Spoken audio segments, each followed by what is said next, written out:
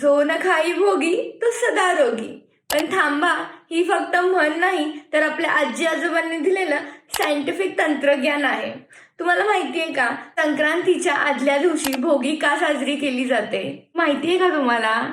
ह्या दिवशी भगवान इंद्राला पूजलं जातं. पावसासाठी, चांगल्या पिकासाठी आणि शेतकऱ्याच्या समृद्धीसाठी प्रार्थना केली जाते. पण खरी जादू इथे आहे. ह्या दिवशी केली जाते भोगीची भाजी. भोगीच्या भाजीमध्ये वांगे, घेवडा, हरभरा, तरीच्या शेंगा, लाल गाजर, मुळा, पावटे अशा थंडीत उपलब्ध होणाऱ्या भाज्या वापरल्या जातात. आणि हो, त्यावर थोडं तीळ आणि सोबत बाजरीची भाकरी.